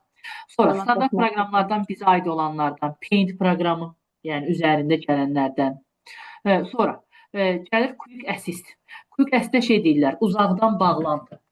Uzaqdan bağlantı ilə başqasının ev kompüterinə bağlanıb ona nəsə kömək eləmək, yəni qısaca durumu budur. Sonra mən ən sevdiyim standart proqram Snipping Tool. Misal üçün, gəlin göstərim. Sizə testlər filan hazırlayanda nələrsə kəsmək üçün. Tutaq ki, misal üçün, buranı kəsirəm. Misal üçün, kəsim. Yaddaşa da verə bilərəm. Ya da gedirəm Word-ə, misal üçün. Tutaq ki, gəlirəm Word-ə və klaviaturadan Ctrl-V-ni basıram, baxın, həmin o şeyi gətirib qoydu bura. Snipping Tool, qayçı deyirlər buna və bu il dimin model testində Snipping Tool düşüb. Elə şey yazıb, tərcüməsinə də qayçı yazıb. Yəni, belə gedir də, ekranın müəyyən bir hissəsinin istədiyimiz yerin neçədən də belə screenshot eləməkdə, yəni istədiyimiz bir yeri kəsib götürə bilərik. Yəni, mənası budur. Sonra gəlim növbəti maraqlı proqramlardan. Burada şey var, Stick Notes var. Bu çox belə minnoş proqramdır. Stick Notes nədir? Bunu vururam. Baxın, burada bir not çıxır. Yəni, not yaza bilərsiniz. Bunun birinci cəhddən qalıb, bu notun. Rəngli notlar qoya bilərsiniz. Misal üçün, tutaq ki, bunun vaxtı tutarıb, bunu bağlayayım. Misal üçün, not qoya bilərsiniz. Tutaq ki, yazırsınız ki, 17 may imtahandır. Kimin yuxusu var idisə qaçsın. Buradan sağ düyməni gəlib üzərinə vurub, notun rəngini də seçə bilərsiniz. Baxın, nə bilim, misal olsun bu rəngdə, nə bilim, istəyirsiniz olsun mor rəngində. Yəni, belə. Tamam, imtahan eləməyim, sonra kimlərsə küsər, kövrələr. Okey, nota yazım sizin üçün, sizi bugün çox istəyək. Yazaq, bayram, yaza bilmədim, arkadaşım. Bayramı mübarək. Yaxşı şey yazaq, bayram günüdür, xəttinizə dəyməyək. Buradan da sizə pozitiv şeylər qoyaq, olsun sizə bayram. Bunu da qoyaq, bunu da qoyaq, bunu da qoyaq. Buyurun, yəqin ki, küsmərsiniz. Müəllim, onu hardan yaratdınız? Hardan yaratdım? Buradan girdiyim proqramların içinə, əziz insan. Düşdüm, Stick Notes proqramını tapdım. Bu da gəlirəm. Bu da Stick Notes.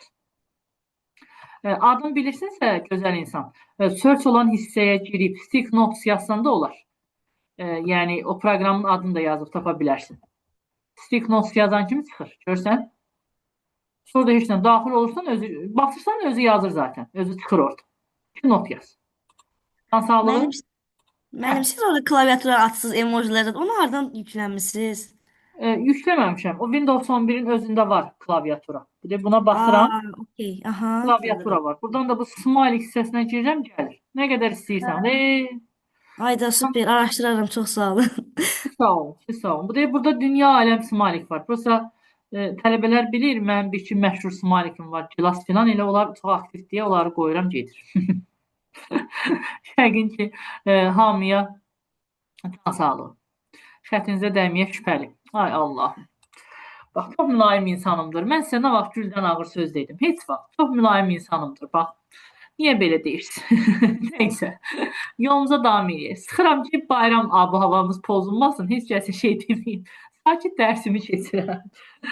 Sonra düşürəm aşağı. O sırada anidən əsəbləşdi. Sonra bizə lazım olanlardan çox bir şey qalmamışam. Bir iki şeyin də içinə girim. Əl çəkəcəm bu günlük sizdən. Sonra Windows Tools. Bu Windows Tools'u əziz arkadaşlar bilmək lazımdır. Bax, bunu bilməliyik. Bilmək zorundayıq. Bu Windows Tools'un içi tez-tez 50 dəfə düşür də yəni. Daxil oluram Windows Tools'un içinə. Burada nələr var? Baxın, bunun şəklin şey də qoymuşam. Adı nədir? PDF-nizə də qoymuşam. 6 nöqtə nəsə yadımdan çıxdı. 40 neçə idi, nə idi? Nəsə tam xatırlamıram, yaddaşımı zorlamayım. Amma 100% ki, bu hissəli şəkli PDF-nizdə var. Və bu şəklə fikir vermək lazımdır. İndi hamısını ekstra əzbərləməsək də, amma müəyyən hissələri var ki, onları əzbər bilməliyik. Yəni, hökmən əzbər bilmək zorundayıq. İndi başlayaq. Əslində Windows Tools, belə deyək, şeydir, necə deyim, bu şey keçmişliyə utilitlər. Əslində onun içində əksər olan proqramlar utilitlərin proqramlarıdır. Yəni, əksəriyyət utilitlərdir orada. Amma yenə də fikir verək. Misal üçün, bizə düşmə ehtimalı olanlardan. Var orada character map. Character map'ə deyirlər, simvollar xəritəsi. Misal üçün, istəyirsiniz göstərin. Bir dənə daxil oluram. Bir də saniyə indi açılacaq. Baxın, klaviaturada olmayan simvolları sənədə daxil eləmək üçün bundan istifadə edə bilərsiniz. Word-ün özündə də var bu. Insert tabının içində bilənlər bilər. Amma burada da var da, yəni. Mənası belə gedir. Klaviaturada olmayan simvolları sənədə daxil eləmək üçün. Karakter map, simvollar xəritəsi. 100% ki, yəqin ki, bunu orada qoyanda sizin üçün yazmışıq. Yəni, hökmən nəzərinizdə olsun. İnanıram ki, olar. Sonra burada command promptu görə bilərsiniz. Command prompta oxuyan yoldaşlar bilər bəlkə də. Command prompta şey deyirlər, əmr sətri deyirlər. Bir PowerShell var, bir də command prompt var. Yəni, əmr sətrinin içində. Onu da bilək. Sonra kontrol paneli var. Keçən dəfə yəqin ki, ondan danışmışam. İdarə etmə paneli, kompüterdə olan belə deyək, sazlama işləri, kompüterin dilini dəyişmək, istifadəçi hesabı, kompüterin təhlükəsizliyi, nə bilim, fiziki qüsurlu şəxslər üçün, yəni nələr varsa, hamısını görə bilərsiniz. Yəni, mənası budur. Nəsə səslər gəlir, aman Allahım, qonaqların səsi gəlir deyəsən. Sonra yolumuza davam. Sonra sizə burada düşənlərdən, əsas düşənlərin adını çəkim. Task Scheduler proqramı var. Onu task sözündən yadda saxlaya bilərsiniz. İngiliscə zaten task nə deməkdir? Tapşırıq. Ona deyirlər, əvvəlcədən təyin olunmuş tapşırığın icrası. Bax, qısaca sözü budur. Sonra System Configuration var. Sistem haqqında parametrlər, proqramın avtomatik yüklənməsi, belə şeylər. System Information var bizə düşənlərdən. Sistem haqqında ümumi məlumat, bunu bilin. Sonra, misal üçün, run proqramı var. Run hansısa proqramın cəld icrasıdır. Misal üçün, run'ı basıram, basaq, sağ tərəfdə gəlir. Hansısa bir proqramın adını yazıb, proqramı cəld aça bilərsiniz. Run'ın klaviatura düyməsini, əziz insanlar, bilmək lazımdır. Run'ın klaviatura düyməsi nə idi? Kimin yadındadır? Run'ın klaviatura düyməsi. Win üstəgəl R düyməsi. Bilmirəm, yadınıza gəlir, yoxsa gəlmir. Bəli, gələnlər var. Əla, təşəkkürlər. Sonra Task Manager. Task Manager'i keçən dərsdə keçmişdik. Task Manager nə idi? Tapşırıqlar paneli. Tapşırıqlar meneceri. Kompüterdə proqramlar donub qalanda filan onların işini sonlandırmaq üçün. Və tapşırıqlar menecerinin əgər dərsi oxumusunuzsa, klaviatura düymələri var idi. Ctrl Ctrl Shift Alt Escape Delete. düyməsi idi. Bir də hansıydı? Ctrl Alt Delete. Sol. Bir də Ctrl Alt Delete. Bunu PDF-in o başında da qoymuşuq, bu başında da qoymuşuq. Yəni görmüş ola bilərsiniz. Sonra PowerShell-in özünü də buradan görə bilərsiniz. Yeni əmr sətri. Sonra bir də birini də göstərim, əl çəkim sizdən. Step Recorder. Step Recorder nədir? Çox maraqlı proqramdır mənə görə. Bax, bircə saniyə aktiv eləyim. Startı basıram. Step Recorder neymiş? Haralara girmişiksə addımlarımızı qeydə alır. Elə bir sanki bir kameradır. Misal üçün, hal-hazırda sizə dərs danışıram. Bura girdim. Sonra buradan çıxıram. Misal üçün, daxil oluram zibil qabının içinə. Misal üçün, o indi mən hər addımımı qeydə alır. Buradan MP3 Recycle bin eləyirəm. Bütün zibil qabımı təmizləyirəm. Misal üçün, fürsətdən istifadə eləyib. Ay Allahım, nə qədər şey var imiş. Bunu təmizlədim. Sonra buradan çıxdım, gəlirəm bura. Buradan girirəm. Misal üçün, nə bilim, Word proqramına, buradan sizə bayramınız mübarək eləyib çıxıram və nəsə, bu qədər bəsdir. İndi bunu sonlandırıram. Bunu stop edirəm. İndi baxın, mən nə iş görmüşəmsə, onları saatına qədər, saniyəsinə qədər, şəkillərlə detallı mənə göstərəcək. Baxın, başlayıb. Yazıq ki, birinci atdım. Mən buradayam hal-hazırda. Ondan sonra oradan çıxmışam gördüyünüz kimi. İkinci addımda göstərir. Üçüncü addımda baxın, girmişəm Recycle pinin içinə. Bütün addımlarımı qeydə aldım.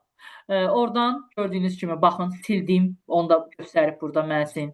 Sonra oradan da çıxmışam. Ondan sonra nə bilim, neynəmişəm. Onları da göstərib. Sonra bu aşağıdan Word-ə daxil oldum. Nə bilim, Word-ə açdım. Bax, gördüyünüz kimi. Bütün detalları saniyəsinə qədər yazıb da, yəni. Çox belə interesant. Baxın, hər detallı, yəni məlumat verib ki, mən bu saniyədə bunu elədim, bu saniyədə bunu elədim. Şəkilləri ilə, sübutları ilə gördüyünüz kimi. Bax, mənası budur. Papkanın adına qədər. Bax, hər şey göstərir. Yəni, mənə görə, nəsə bunu save eləməyək. Mənə görə maraqlı bir şeylərdir, nə bilim. Hər şeyi belə detallı formada qeydə alır. Addımları qeydə almaq da deyə bilərsiniz. Arxa fonda hər şeyi bizə dənə-dənə göstərir. Telefonda axtarırlar. Uşaqlar, niyə niyyətiniz heç, nə bilim, belə kötü? Niyə axı? Yəni, niyə o dəqiqə hamı belə, nə bilim, belə temalara girir də? Mən niyə də, nədən? Vay! Patemo! Nədən? Nəyəsə, bütün dillərdə başladım yenə danışmağa. Nəysə, sadəliyim tutdu. Yəni, ümid edirəm ki, yadınızda qalır. İnşallah, inşallah. Sonra bizə başqa nə ola bilər? Burada Media Player də var. Musiqi oxumaq üçün proqramımız. Sonra Resource Monitor, gözüm görmür, Resource Monitor da dimin testlərində var. Resource Monitor belə gedir. Mikroprosesor, disk və şəbəkə fəaliyyəti, nə bilim, yaddaşla bağlı fəaliyyətlərimizi göstərir. Belə qısaca bilin. Sonra bir də burada şey var. Desktop Connection. Bunun da mənası belə gedir. Uzaqdan bağlantı ilə, internet vasitəsi ilə kompüterləri əlaqələndirmək, icazə verib bir kompüter başqa kompüteri əlaqələndirib istifadə edə bilsin. Yəni, uzaqdan bağlantı deyib söhbətə bağlaya bilərsiniz. Yəni, bunların içində maksimum dimin kitabında olan bütün məşhurların adını çəkdim. Yenə də deyirəm, biz bunların hamısını Windows Tools-un içində öyrənirik. Bilin ki, Windows Tools sistemi alətləri deməkdir, bir növ utilitlər deməkdir hardasa və həmçinin bunların da hamısı standart proqramlar olaraq götürülür. Yəni, sabah testdə desə standart proqramları seçin. Buradan nə danışdıqsa hamısını seçəcəksiniz və yaxud особо ayırıb qoysa ki, imenini Windows Tools-un içini seçin. Yenə də bunlar hamısı Windows Tools-un içini. Yəni, ona fikir verin. Dərsi oxuyanda baxın ki, kimlər Windows Tools-un içindədir, kimlər bayaq şey danışdıq, Assembly danışdıq, onun içindədir. Kimlər də sadəcə olaraq qoyulub adi standart proqram olaraq belə ümumi yadda saxlayın. Yəqin ki, səs yazısı da atacam sizə. Bunun belə cıqqılı izahı var, onu da atacam. Amma bunlar da nəzərinizdə olsun. Belə, bu da Windows-umuzun ümumi izahı haqqında can sağlığı və xoşbəxtlik.